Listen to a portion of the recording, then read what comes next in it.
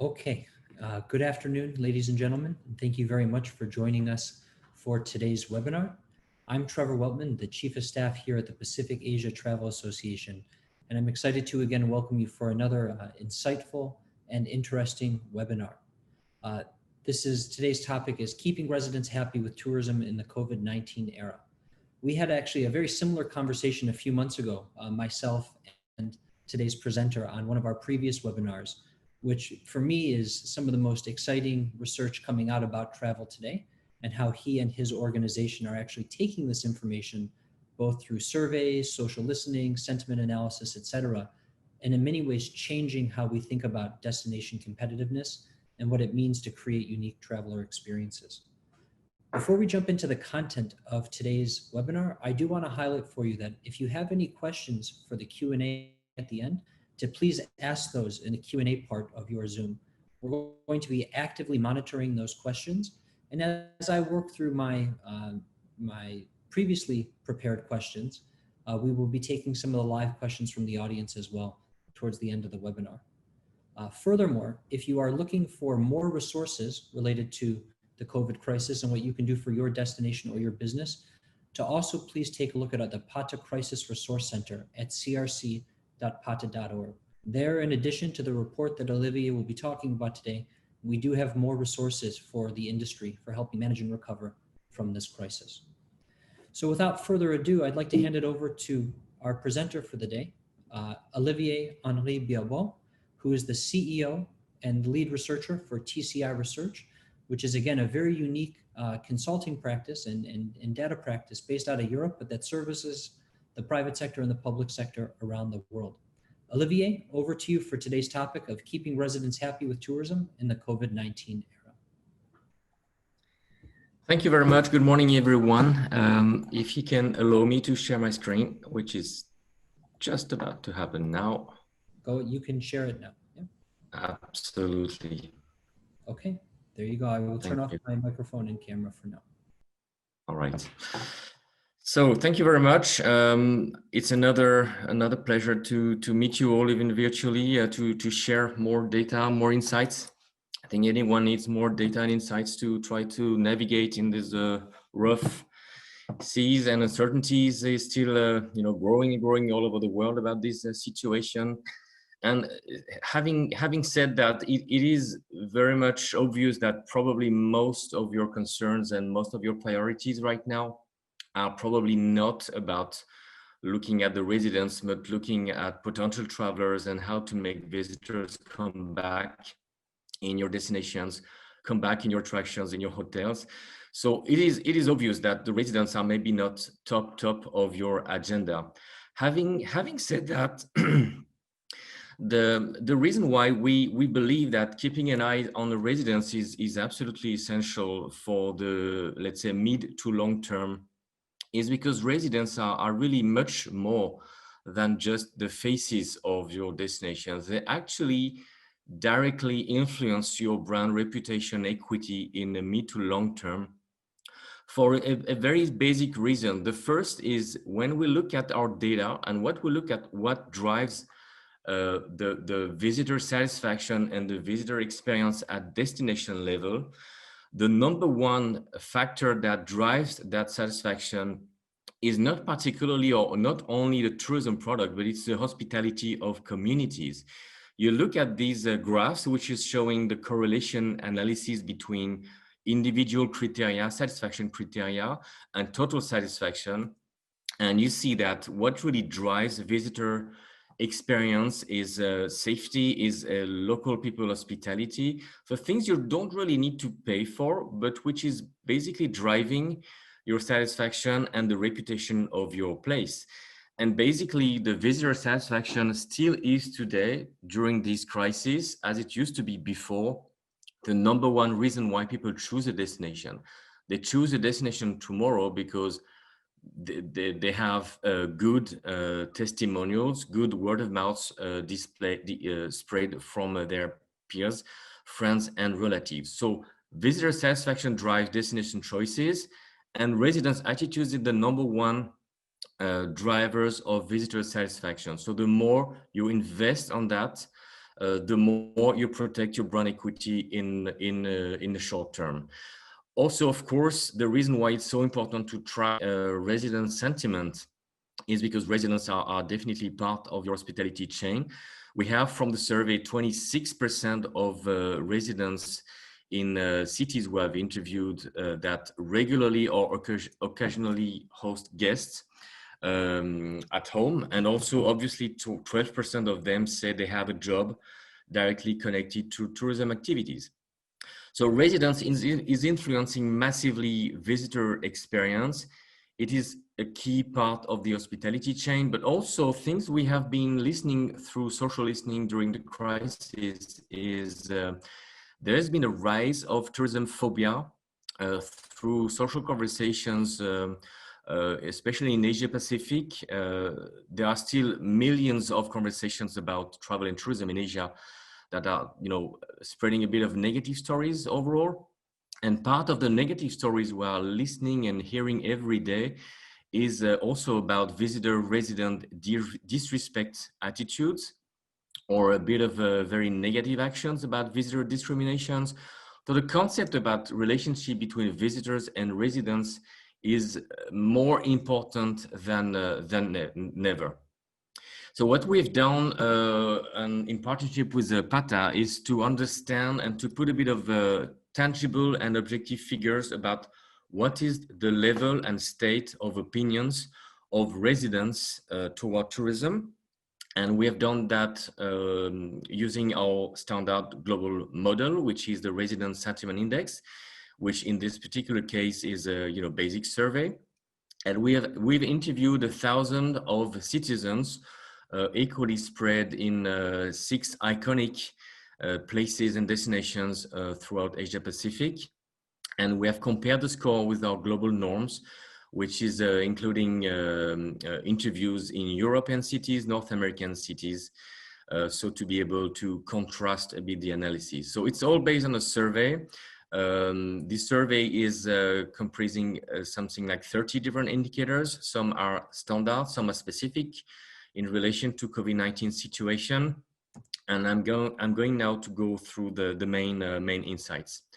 First insights, and I'm happy to start with a bit of a smile and good news. We need good news in these hectic situation, but overall, and despite everything we hear about negative stories of tourism phobia and discrimination, it seems like today tourism still is a very positive driver for most residents in Asia Pacific. We have 2 main key indicators. The one is the resident net sentiment score. We ask a question about how tourism is generating more positive than negative consequences, or reversely, or equal. And we look at the balance between those, saying it generates more positive than negative consequences, minus those stating the contrary. And you see the score, the net score is 50 points, which means that there's a vast majority of people still saying that tourism is a positive driver and generate more positive than negative consequences. And the score for Asia Pacific is exactly in line and slightly above the global resident sentiment index score. So during the period, it was people who were interviewed in June, so it's pretty fresh data. And despite the negative stories overall and the bad situation, still today people believe in tourism and believe that tourism is good for the city overall. We have another indicator which is very important, which we call the tourism-phobia index. And this tourism-phobia is actually reflecting the share of your population, of your resident in your destinations, which are saying tourism generates more negative than positive consequences. And we want the city to stop promoting. We have enough, it's enough. I don't want tourism in my city anymore. And as you can see, the share of those residents is only 4%, which is basically in line or even slightly below the average norm. And so it means that the level of risk of activism is still quite okay. And we know from experience that this particular figure needs to be below 10%. If you have above 10%, like you may have in some cities in Europe, like Barcelona or Amsterdam, then you are starting having really problems in terms of destination reputation, in terms of visitor experience. So far, so good. Even in the COVID-19 era, we see a level of tourism phobia keeping very low in Asia Pacific. So that's pretty good news. Continuing with the good news, the overall sentiment and what we call the resident mood, so how far they feel about tourism development, if they like giving tips and advice to tourists, if they are proud to see tourists coming from far away visiting the city. For most of the indicators, first of all, the net sentiment, which is also the total agree minus total disagree, tend to be very positive. And as you see, the score for Asia Pacific is also above the average or in line with the global average.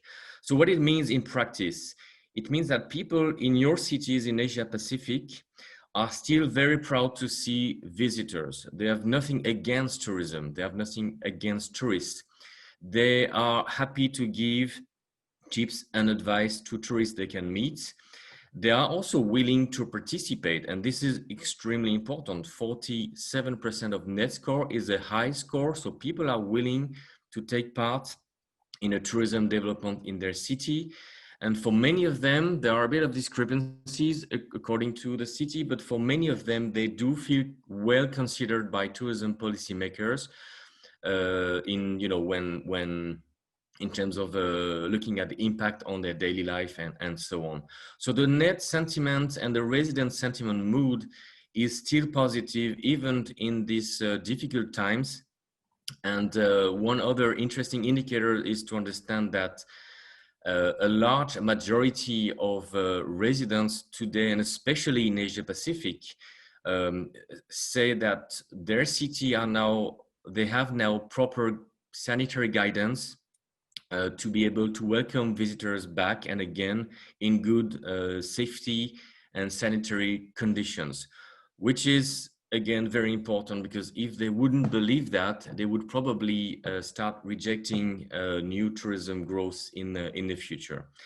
And this is one of the very encouraging figures we have found from the survey. 3 in 4 residents say that the tourism industry locally needs financial support to assist and to help recover economically. So overall, the sentiment is not only positive, but people fully understand that tourism is a major vector and a major driver for recovering economically in their own local communities. Now, the question on tourism growth used to be a question before COVID-19. As you know, tourism growth and over-tourism used to be one of the risks and sometimes fueling a bit of negative resentment from residents all over the world in highly touristic places. But what we feel there from the survey is that tourism growth is still supported. We have 73% of residents interviewed saying that they are tourism growth promoters, meaning that they agree with the fact that the city should continue promoting to receive and welcome more international visitors in the future. And it's above the average globally. But at the same time, there is a part of caution and a part of careful attitude, because in the very short term we also find a bit the same share of residents saying that they would like the city to limit or maybe cap the numbers of international visitors by the end of 2020. This obviously reflects the uncertainties around sanitary conditions overall. So whereas in the mid to long term, people are still tourism growth supporters. In Asia Pacific in particular, maybe more than elsewhere, people tend to say, okay, maybe by the end of the year, let's be a bit careful about the numbers, and so we can manage the sanitary control in the right way.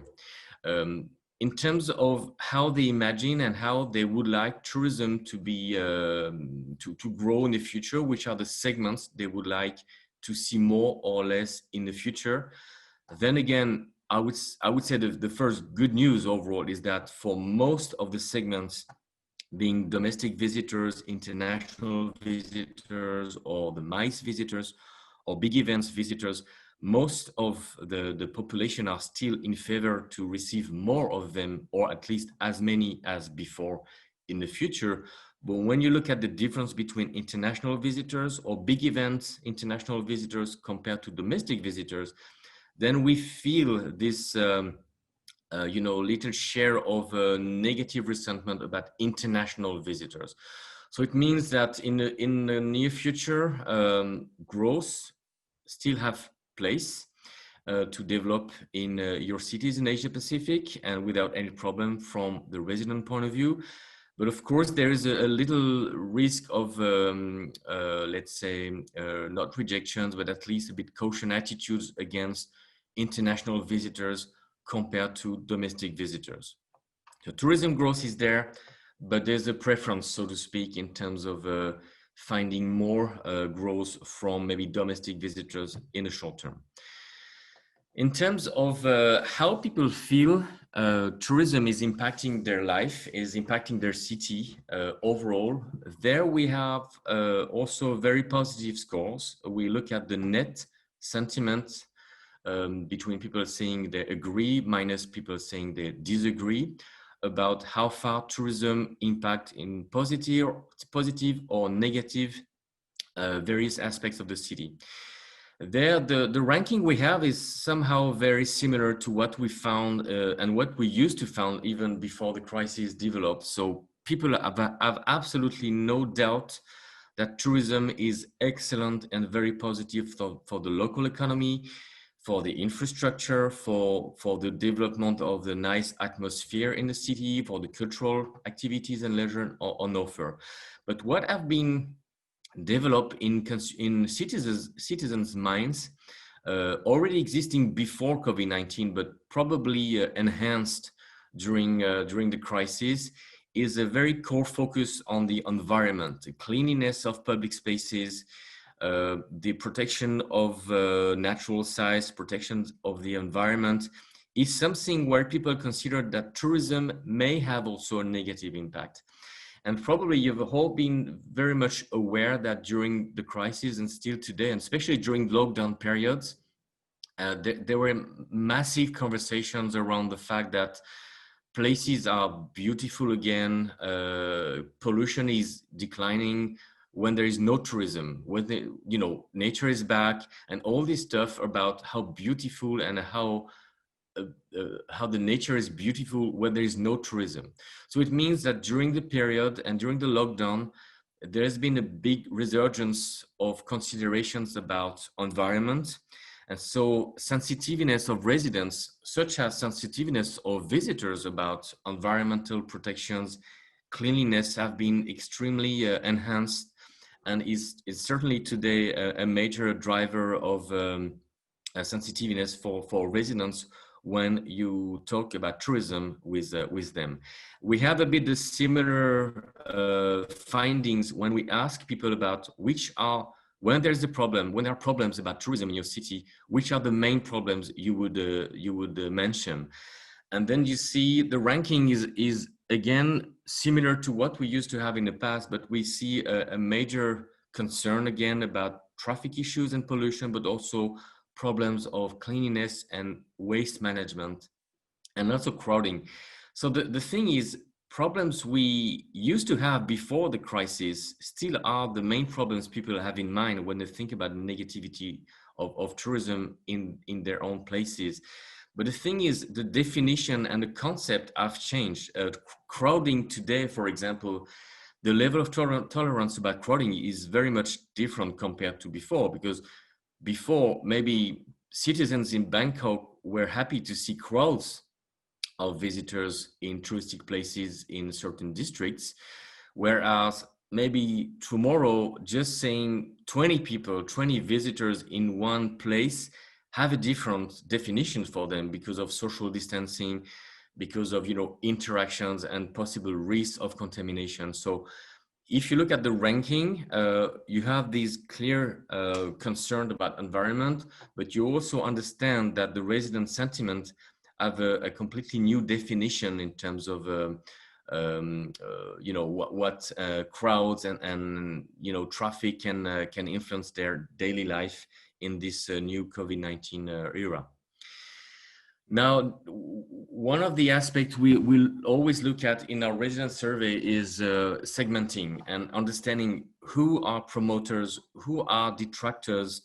There are still a lot of, you know, a vast majority of people who are promoters, which is good, but sometimes the, you know, detractors are speaking loudly. And so for you, it's very important to understand who are your main supporters and how you can redefine tourism products together with residents, and who they are, and you know, the segments definitions of ambassadors and detractors.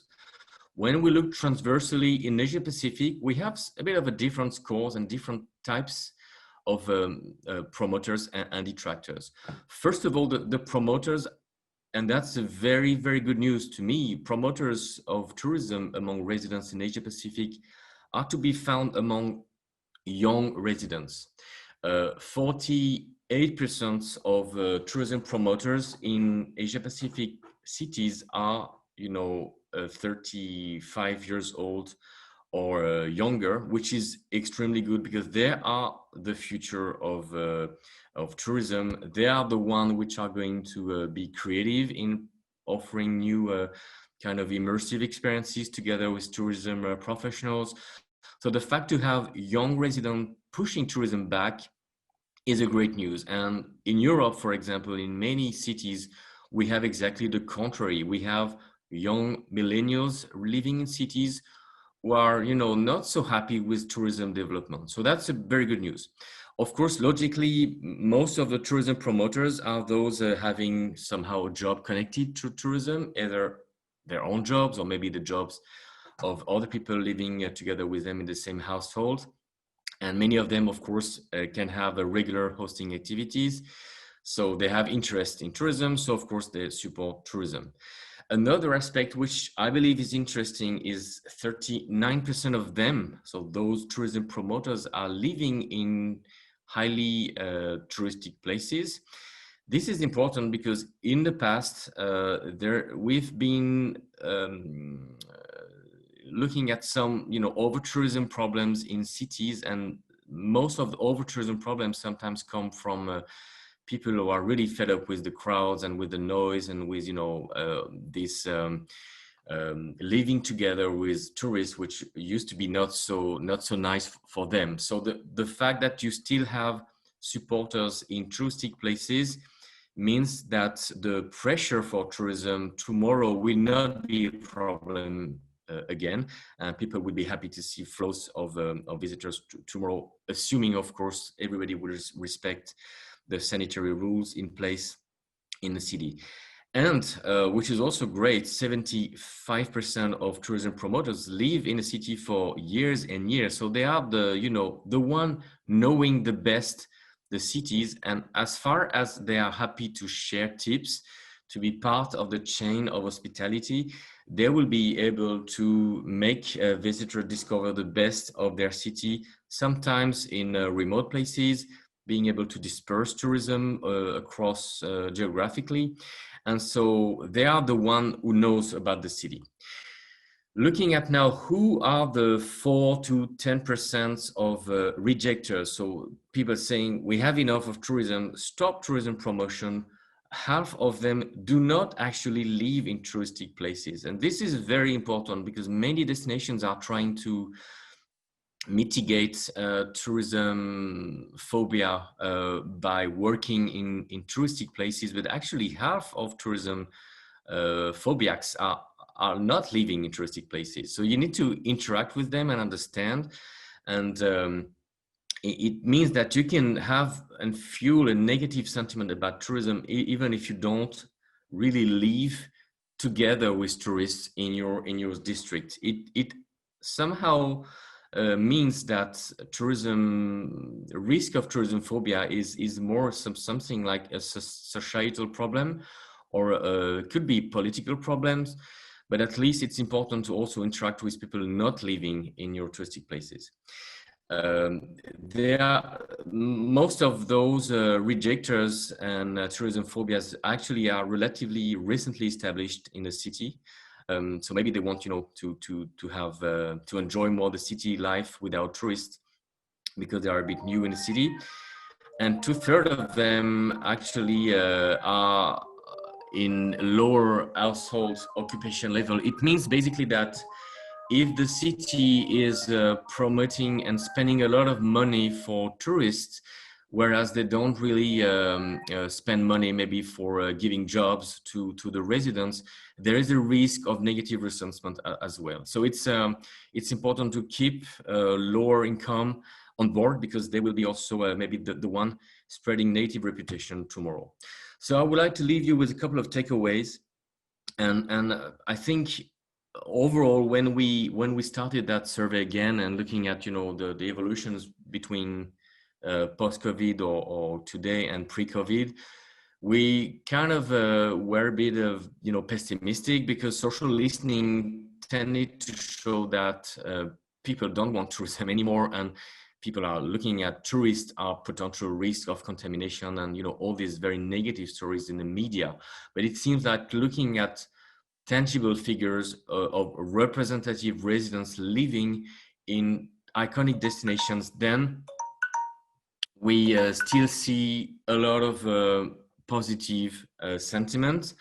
We do feel that people need to have some sort of reinsurance that the city is going to control a bit the flows, and especially the flows of international visitors in the short term, since and until the sanitary conditions are well in place, or at least it's controlled.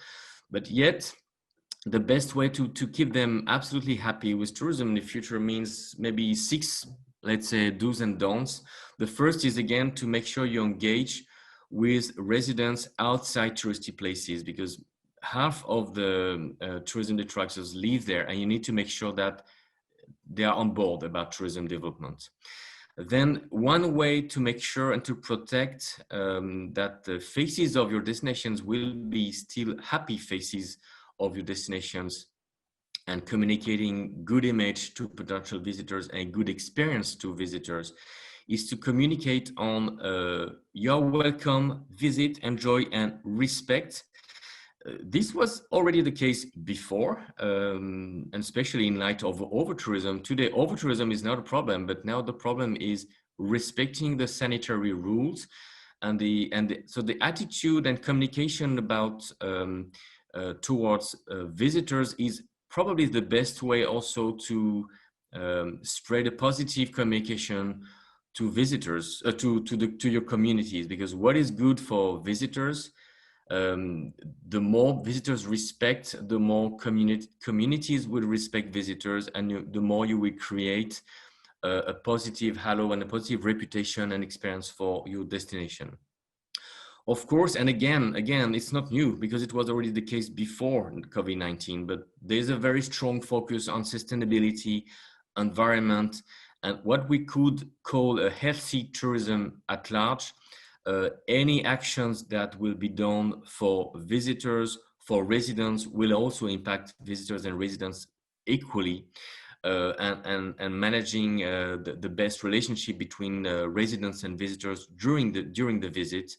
So the focus on healthy tourism is more important than ever, also because environmental protection, cleanliness has a completely different meaning today. It's not only about sustainability, it's just also because people, be they residents or visitors, associated the hygiene and cleanliness and environment with a potential risk of contamination. Of course, people are still very happy in majority, but there are a couple of people who are not happy at all. And sometimes what's happening in some cities is that those minority of 4% speak louder than the vast majority of tourism supporters. So in terms of destination management and including residents, not only you need to make sure that you give, you manage problems where there are problems, but also you give an advocacy, a role to those who are willing to take part in your destination development, and making sure that these are the ones that will have a louder voice in the future. There's something that we used to see in the past is, trying to convince people that tourism is good for the economy. But I mean, people in all cities in the world, they perfectly understand that. They don't have anything to say about tourism as a driver of economy. Even the majority of the 4% of tourism phobiacs, the majority of them say that tourism has a positive impact on the economy. But what they want actually is a benefit for them in terms of daily life, very practical things such as traffic, wasting management, things about parking convenience, all the things which are on their daily life, potentially giving negative effects. So it's not about economy, it's not about the concept of tourism overall, it's just about very practical impact on their daily life. So communicating about tourism positive impact on economy is probably not wasting time, but it's not the priority. And then the key question about immersive is super important. As you remember, immersive tourism was used to be extremely beneficial in terms of attractiveness and gaining satisfaction among visitors. The more they had contacts with locals, the more satisfied they used to be. But today, immersive can become extremely intrusive. And immersive in residents' mind as well as in visitors' mind can be considered as at risk, because simply if you go in a place which is not sanitary controlled in the right way, you can maybe you scare, and basically you don't spend your money in immersive experiences. So one of the challenge now is to redefine how an immersive experience can mean in this COVID-19 era. So there's actually a lot of challenges ahead, and whereas we all understand that the priority is to open attractions, destinations in good safety conditions, and of course to make people come back, and numbers are again top priority. You understand that maybe in the mid to long term, making sure that the residents are happy will protect your brand equity, will make sure that you will differentiate your offers in the future, whereas your destinations is maybe on the list, but maybe not, and that the competition has been never so high when borders are reopening. So this is it for me. I'm happy to take some questions if you like. I'm cutting my video now, and let me know if you have any questions. Sure. Thank you very much, Olivier, for that wonderful presentation. You and I have spent a lot of time talking about this in between the last two webinars and working on stuff together, but every time I hear you talk about it, I always sort of take on a new dimension of the information and understand a deeper layer.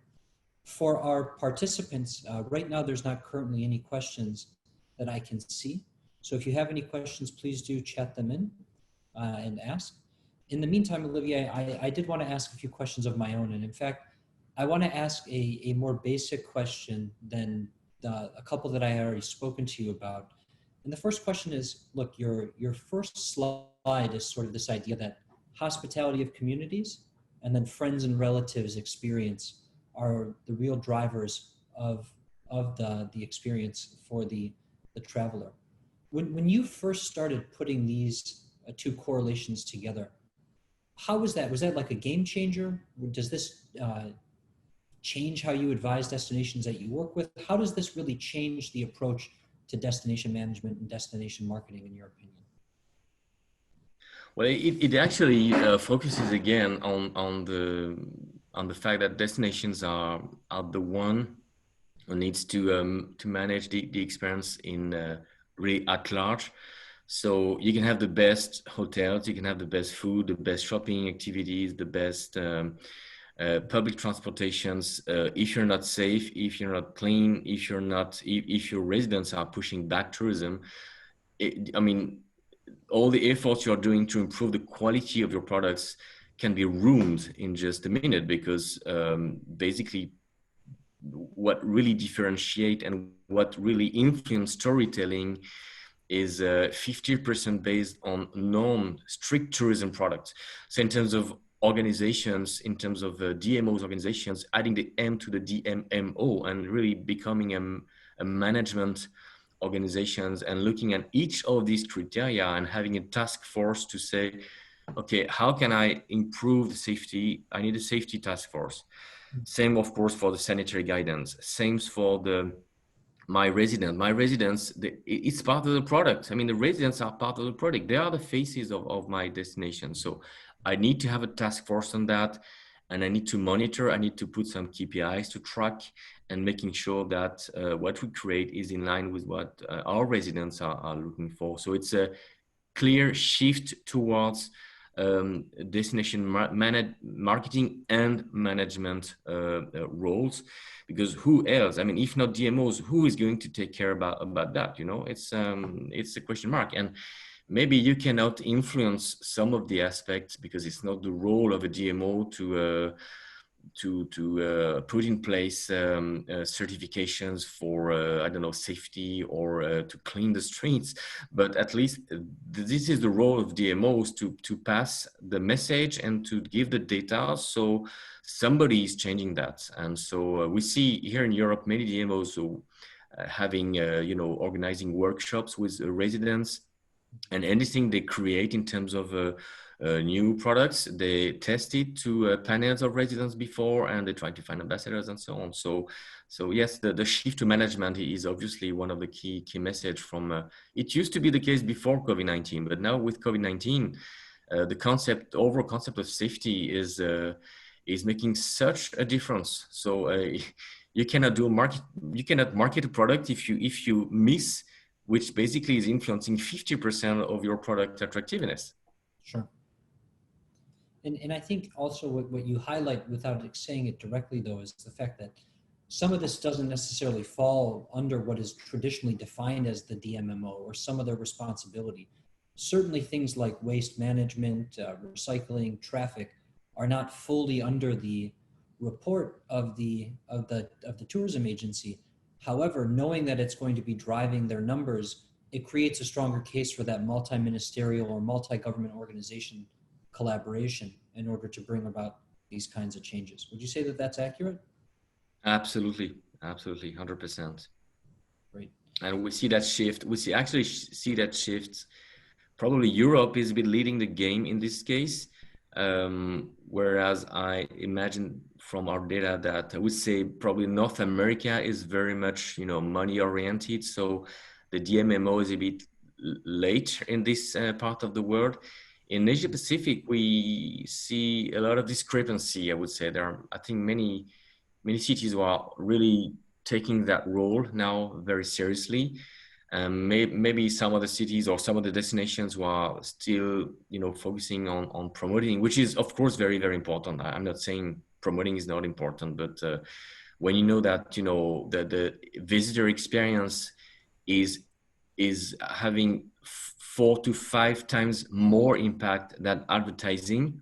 Yeah. And if you know that 50% of this visitor experience is not tourism product, you need to think about, you know, how to attract visitors in tomorrow and work with the weapon that you have in your hands. Great. We did just get a question, and I'm going to take that in a second. Thank you, Elise, for your question. I want to ask a couple more before we get to that. Olivier, just kind of continuing down this list. Look, if you are a destination manager in the Asia Pacific, what is the of all of the data that you just shared?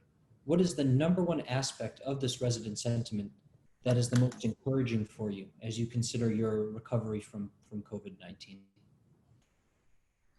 Oh, I would probably say maybe two numbers. The first is three in four residents across all these cities say that tourism industry needs financial support to assist the rebound of local economy. We're seeing a lot of DMOs all over the world which are seeing their budget cut by two, sometimes getting half of their employees redundant.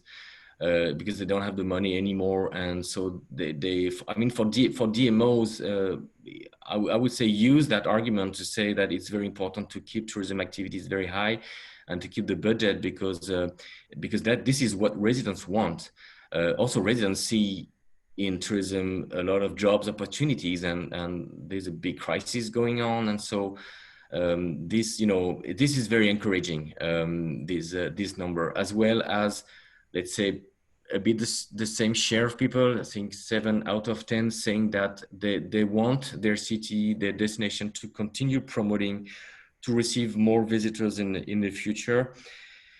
But also, you're asking for one, but I give you three numbers, but you know me, it's what I do each time. But the third aspect to me is more like a bit less rational, but it's more about the overall concept of welcoming people. It's when people say they are still very proud to see visitors coming from far away to visit their city. So it's not only a question of jobs and economy, it's a question of feeling proud of your place. And the pride of residents is super important, because again, as a visitor, if you are visiting a place, when you feel people are proud of their place, it completely changes your experience, and then it converts you as an ambassador of the place. So these are very, very high and super positive numbers. I have to admit and maybe say that those numbers may not be that high and consistent across the 6 cities we've interviewed. I cannot be too specific on that, because this is something which is, of course, reserved to subscribers. But I can say, for example, in Bangkok, the level of optimism is super, super high. We may find some more, a bit less positive attitudes in a city like Tokyo right now, which may be a bit more conservative, maybe a bit, more careful about receiving international visitors in a very close future. So maybe, you're asking about the positive numbers, and I gave you that, but what is true in Shanghai may not be true in Sydney, and vice versa. So the consistency of scores across Asia Pacific, and we have exactly the same when we measure the sentiment of visitors, and the level of satisfaction can be extremely volatile. Well, I think also too, I mean, what goes beyond what you've shared is also layering this data. For example, what was the instance of COVID in these destinations? What a part of that perception is that travel drove those instances? What was what's been the response, the length of lockdown? What percentage of the local GDP was driven by tourism? So there's other ways of layering that information too, to understand how that sentiment is now versus how it may have changed, and some of the other information that feeds into it, which of course will change city to city and destination to destination, which is why I think this focus on the resident sentiment, which doesn't come up in as granular a way as what you present, Olivier, is really telling, because it's an important indicator for the overall experience. I'd like to ask that same question though in a different sense. If you're a destination manager in the region, with the information you've shared, what is the most risky or alarming statistic that you would pay attention to, and why? Sure, I would say probably one of the aspects is, I know it can be a bit sensitive, but it's a question of somehow discriminating. So I mean, the people may have a different vision according to, I'm happy to see visitors, but I'm happy to see domestic visitors first, and okay, for international visitors or visitors from X, Y, Z countries, Maybe not. Let me give you a non-Asia Pacific experience, which is actually dated yesterday. So I'm currently a tourist in a small island in the Atlantic coast in Europe. And it's a destination I know very well. And yesterday, so I'm driving a car, which car plate is a Belgian car plate. And now in Europe, there's a growing conversations about people from Brussels are seen as at risk because for whatever reason in the media, people are saying that Brussels is now in the red zone. And so I was basically doing my, going in the supermarket and it's yesterday, I was in the supermarket and putting my stuff in my car. I had somebody coming back to me, a resident, and they said, look, what are you doing here? I see you come from Brussels. We don't want to see you there. You need to protect us and to stay at home. And so now my perception of that destination, which I know very well, is to say, look, we have great beaches here. We have superb food, superb culture, but people are they don't want to see me anymore. So the question about the discrimination and this differences of what people want to see in the future is a bit worrying to me. And the other aspect is the 4% of tourism phobia. 4% is nothing, it's just a minority. But the thing is, from experience, that those 4% are a bit activism. And sometimes they use tourism as a weapon for pushing their political agenda and complaining about whatever, politics or whatever kind of social or political issues. So it's okay, 4%, but in some cities, in some districts of some cities, sometimes during the year, we have in Asia Pacific some segments who are nearly about 10%, and we know 10% is predictive of problems. So it means it's not a big concern, but it's something to watch and to carefully monitor in the future. Wow. Thank you. And sorry you underwent that experience, but I think it's important to share and important to explore as a destination manager or a tourism business owner, what your role is in that, and also in educating the residents and feeling comfortable bringing in travelers from afar. Before I continue on my list, I did want to touch Elisa's question in the Q&A, and she asked, are there specific examples we can look at from DMOs educating residents in Europe? So is there any DMO, local or national, that you think is doing a good job with education in Europe? And maybe an example of a campaign that you're seeing or something like that? Sure. I would probably name two of them.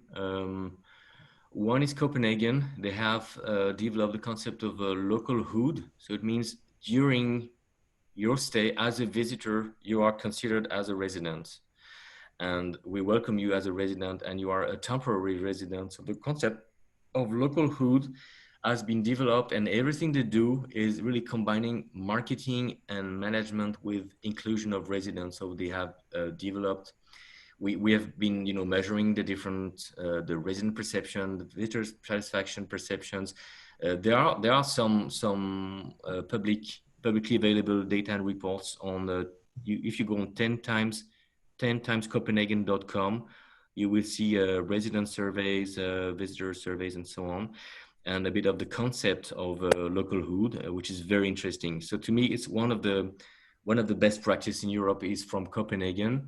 The other one is not a city, it's a region or nearly country. It's Flanders, so Belgium, north of Belgium. And they have also developed the concept of flourishing destinations, which basically anything they do in terms of marketing, in terms of management, is looking at impact on visitor satisfaction and experience, plus residents' quality of life, plus small businesses development. And the concept they have developed is through a tree. It's a tree, and so you see the roots and the tree, and everything they do is fueling the whole ecosystem of the destinations, including residents, including small businesses. And I like their approach and strategy. So you can look at, there are a lot of papers and a lot of articles about tourism Flanders, flourishing destination, and Copenhagen localhood concept. I like those two examples, basically. So yeah, I saw a fantastic presentation about a year ago from the Tourism Flanders. I think it was sort of like a pink tree in the way that they did it. Exactly, yeah. Really wonderful. I want to be a little bit more specific with the question. I see Elise has thanked you for the answer, but I want to push the question a little bit more. It's not just that they have these programs. Are they doing a good job of educating their residents at the same time? How are they engaging with their residents to get their feedback during this process? And how are they communicating that? Is there a specific example of a campaign or sort of a forum that they hold in either destination that you think Yeah, is... yeah. There are many different ways which are very practical, such as creating, as you said, panels of or representatives in each district. They it's really, you know, door to door, and they well, now it's not door to door anymore, but they keep a permanent interactions and contact points with representatives of districts.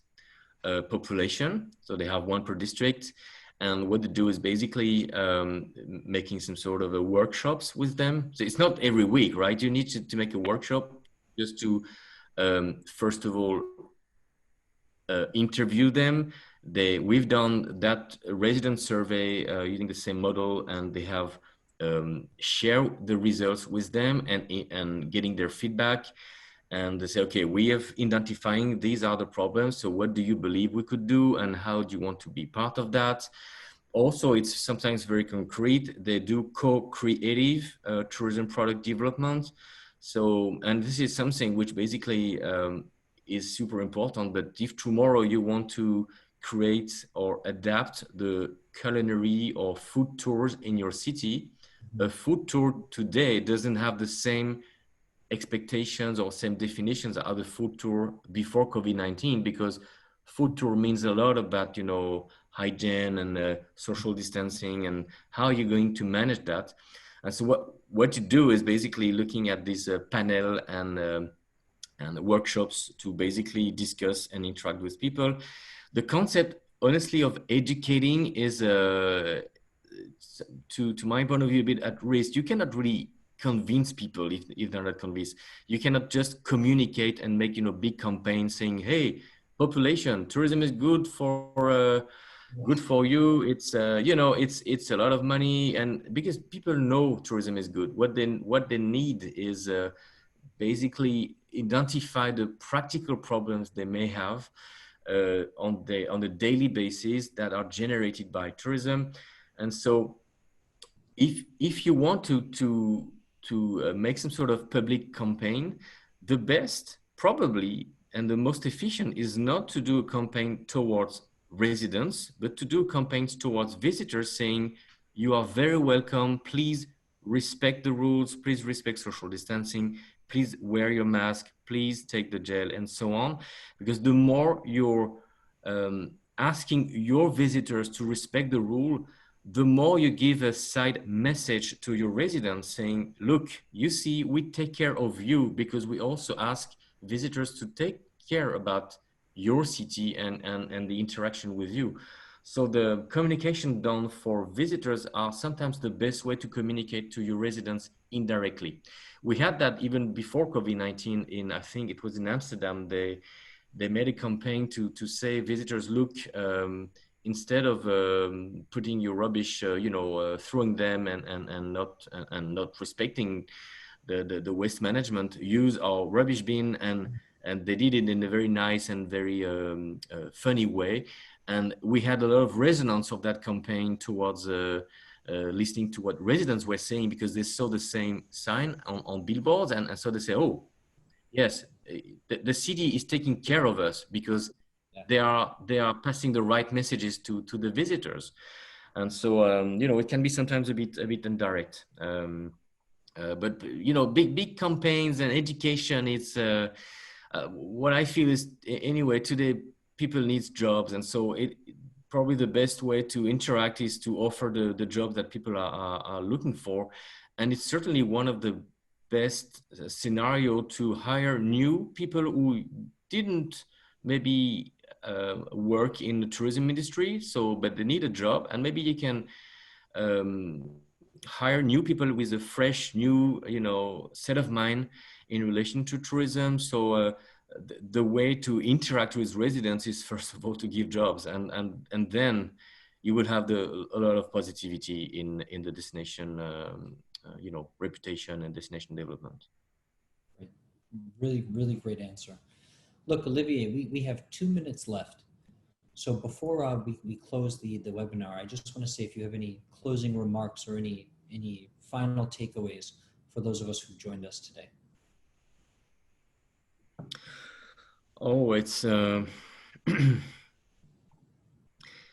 well, the final remarks may come from it's maybe giving a bit of outlook about, again, from the data we are collecting every day. And one set of data we are tracking is the reviews and what new visitors in Asia, but also elsewhere in the world, what they're saying about their new experiences in this COVID-19 era, and how far it's different versus before.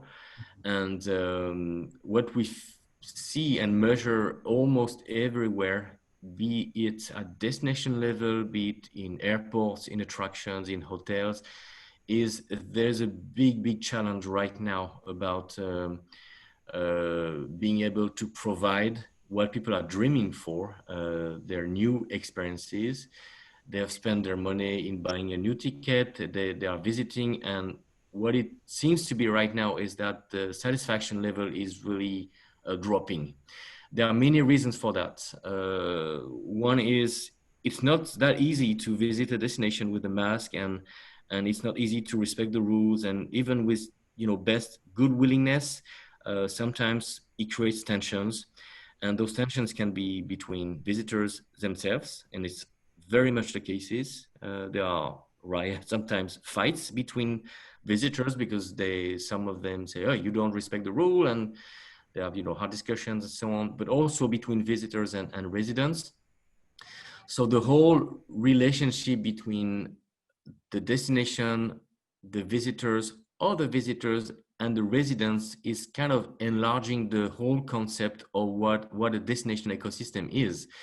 And so, of course, the aspect that we've been discussing this morning about residents is important, but it's not only resident plus visitors plus destinations, it's also between visitors. And then it's completely new because it's not something you had to manage in the past. And that gives, a different prospect about the destination management, I think. So challenges are there. What I feel absolutely, the reason I feel super optimistic is the whole concept about tourism and travel is still very much there. So as soon as travel conditions will be back, people will be back and people will enjoy. And then the whole concept is defining that new experience, which will mitigate all the tensions and possible tensions, and making sure that your reputation will not be affected by that. So it's this challenge maybe that we feel from the reviews data that we're collecting right now. Right. Olivier, thank you very much for today's session. I think that those are really well received points. Making sure can everybody see my screen? Can you see it? Those are really good points, I think, to end it on. I think this complication of traveler on traveler, particularly depending on the market, is important, especially anecdotally. What we're starting to hear across destinations is precisely that. And further, that there's also an element as a business owner to train your staff, to train your employees to manage those situations, on top of just learning the health protocols, the new sanitation guidelines, the social distancing, but training your staff or retraining them in conflict management, which could become an important part of their job for the near future between travelers and between other staff. So let me make sure that I can go. So again, we want to thank you for joining us today, Olivier. To everybody else on call, thank you very much for joining us this afternoon or this morning, depending on where you're located. If you have any further questions for us, please feel free to reach out to me directly at thecrc.pada.org. You can also go to visit our website, thecrc.pada.org or www.pada.org to learn more. And for those who've attended, we will be uploading the recording of this webinar and the slides, and we will be distributing them within the week. So thank you everybody for joining us today. Appreciate your time. And Olivier, thank you very much for presenting to us. Have a great rest of your day. Thank you very much. Thank you, Trevor. Bye.